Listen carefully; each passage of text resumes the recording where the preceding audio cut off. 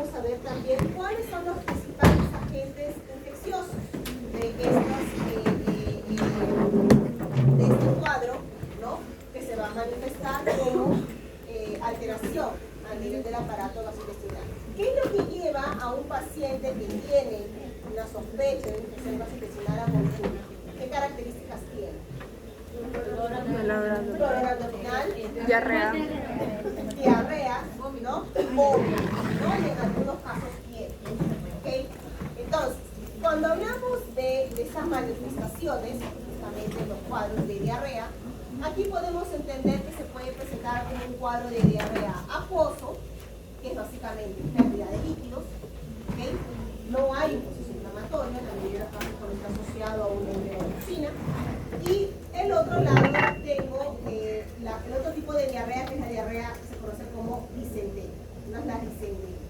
¿Cuál es la diferencia entre una deposición que se conoce como diarrea acuosa y otra diarrea disentérica? La sangre fría y la otra tiene La sangre y moco, ¿cierto? Eso es lo que se va a ver, ¿no? Presencia de sangre y moco. ¿Okay?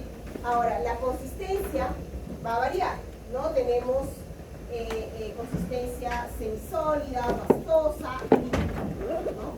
¿Cuándo definimos que es una diarrea? ¿Cuántas deposiciones hay? más se pone. Más de 3, ¿cierto? Obviamente, pero es en adultos, ¿no? Porque los niños, los lactantes recién nacidos, estos de ahí básicamente comen, duermen y hacen deposición. Entonces, es mucho más de 3, normalmente.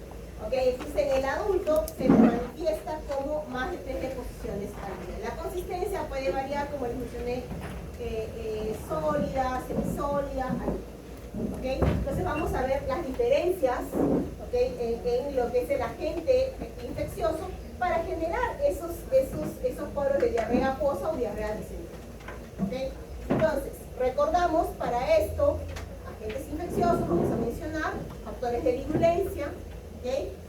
Respuesta inmune a nivel del aparato gastrointestinal y vamos a recordar un poquito la microbiota. ¿Okay? Esta microbiota protectora, inductora de mecanismos protectores relacionados a procesos metabólicos. ¿Okay? ¿Cuál es una de las principales inmunoglobulinas que están relacionadas a la protección a nivel del aparato gastrointestinal? La inmunoglobulina A, una inmunoglobulina neutralizante. ¿Quién ayuda a la producción de la inmunoglobulina A? La microbiota. ¿Okay? Tomar en cuenta que todo el tiempo a nivel de todo el tiempo hay presentación de antígeno. ¿Okay? No necesariamente porque hay presentación de antígeno significa que es patógeno. ¿Okay? El antígeno que se presenta para inducción de tolerancia, para inducción de producción de T reguladoras, de inmunoglobulina neutralizante, protectora a nivel de las secreciones, es la microbiota. ¿Okay? Entonces tenemos una APC que entra en contacto, capta los antígenos de la microbiota, como es comensal no patógena, entonces esto va a generar dendríticas, por ejemplo, tolerogénicas, que van a secretar citocinas, ¿okay? Que van a generar T reguladores. Y aquí yo tengo homeostasis, tengo tolerancia. La tolerancia oral, ¿no? Frente a los alimentos, normalmente. ¿Okay? ¿Por qué es importante la homeostasis? Porque es importante que se mantenga, ¿no? Todo en un balance, porque aquí tenemos justamente la regeneración del tejido, el mantenimiento del epitelio como tal, ¿okay? Que es primera línea de defensa. ¿Okay? Estamos hablando todo de primera línea de defensa. ¿Okay? Entonces, estos son los puntos. Aquí que quiero que recuerden, chicos. Quiero que recuerden, si hablamos de los microorganismos, sea bacterias, sea virus, factores de virulencia. ¿Okay? Ya les mencioné más de una vez, los componentes se repiten, ¿no? Si hablamos de bacterias, en la mayoría de los casos, ¿no? Aquí vamos a hablar de las enterobacterias. ¿Quiénes son las enterobacterias? E. coli. E. coli. Salmonella. Entonces estoy hablando de qué tipo de microorganismo, qué tipo de bacteria. Gran positiva. positiva, Negativa. gran negativa. Vamos a las enterobacterias como la E. coli, que está relacionado a la mayoría de las causas de infecciones gastrointestinales, las cepas virulentas, porque vamos a diferenciar la de la E. coli comensal, ¿ok? Aquí estamos hablando que son bacterias, bacilos gram negativos, ¿ok? Entonces, si hablo de gram negativos, ¿cuáles son los principales factores de virulencia en general? Las toxinas, ¿ok? ¿Qué tipo de toxinas?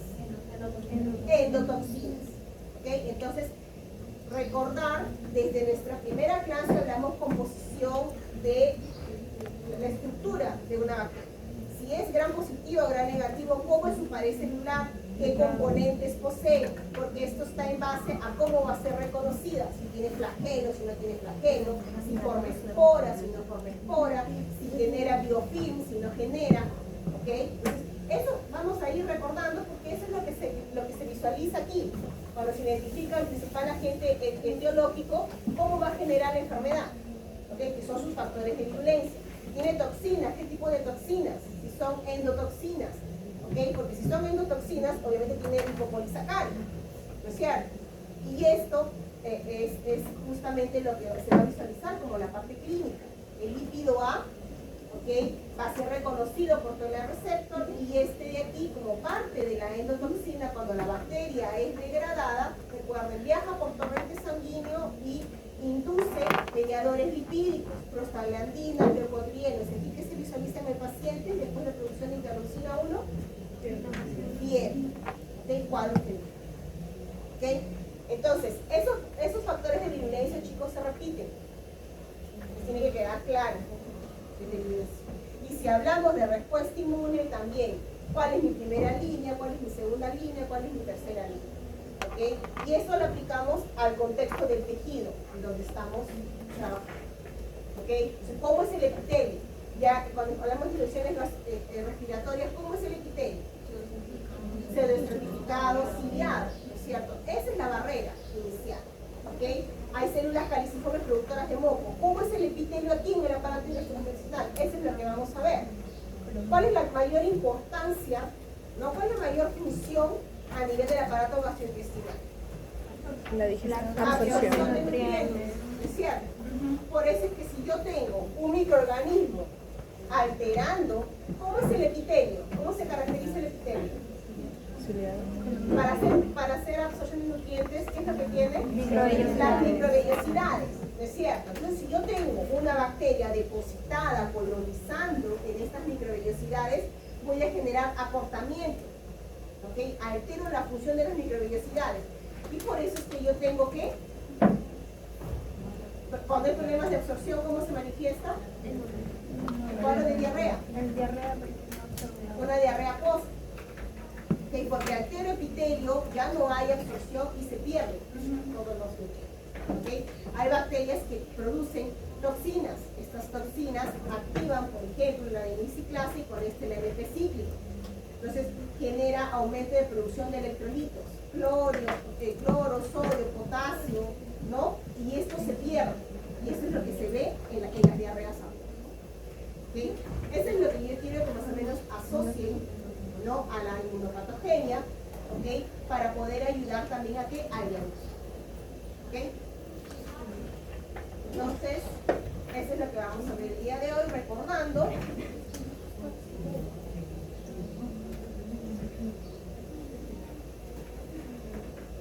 Tenemos a la microbiota, esta ya lo hemos mencionado, ¿no? Recordar que hay factores que van a estar influenciando, ¿no? Desde el momento en que nacemos hasta que, ¿no? En el adulto mayor tenemos ya una población, el adulto joven una población estable.